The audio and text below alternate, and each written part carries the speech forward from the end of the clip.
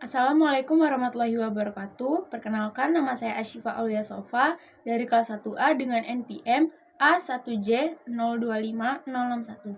Di sini saya akan mempresentasikan hasil rangkuman saya tentang pendidikan sepanjang hayat. Belajar sepanjang hayat adalah suatu konsep atau ide gagasan pokok. Dalam konsep ini, lembaga-lembaga pendidikan formal, seorang masih dapat memperoleh pengetahuan kalau ia mau setelah selesai mengikuti pendidikan di suatu lembaga pendidikan formal.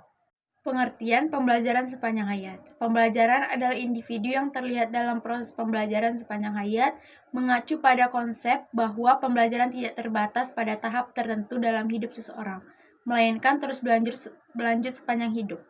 Konsep dan teori belajar sepanjang hayat. Ide pendidikan sepanjang hayat atau lifelong education pertama kali dicetuskan oleh Komisi Internasional untuk Pembangunan Pendidikan IED, suatu badan internasional di bawah UNESCO.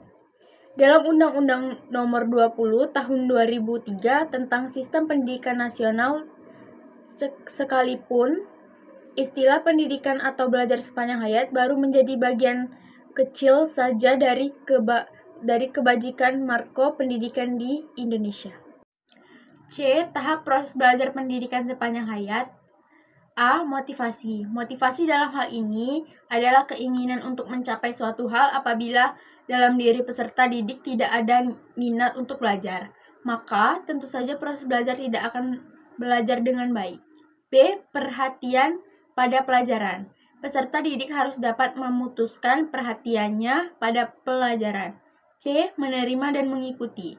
Setelah memperhatikan pelajaran, seorang peserta didik akan mengerti dan menerima serta menyimpan dalam pikirannya.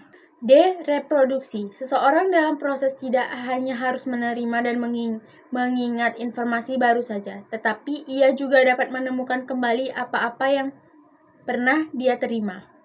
E. Generalisasi. Pada tahap generalisasi ini, peserta didik harus mampu menerapkan hal yang telah dipelajari di tempat lain dan dalam ruang lingkup yang lebih luas.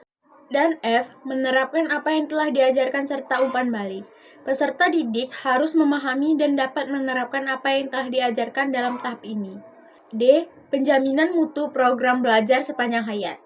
Berkaitan dengan mutu belajar sepanjang hayat, MED dari Sri Internasional mengembangkan 7 variabel mutu pendidikan sepanjang hayat yang mengarah pada terjadinya pembelajaran yang efektif.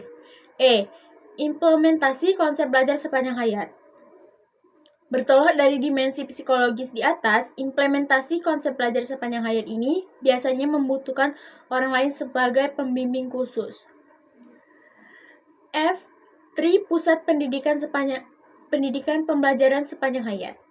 Konsep-konsep Tri Pusat Pendidikan untuk pembelajaran sepanjang hayat mengacu pada integrasi pendidikan formal, informal, dan non-formal untuk mendukung pembelajaran sepanjang hayat terbagi menjadi 3, yakni 1. Keluarga, 2. Sekolah, 3. Masyarakat.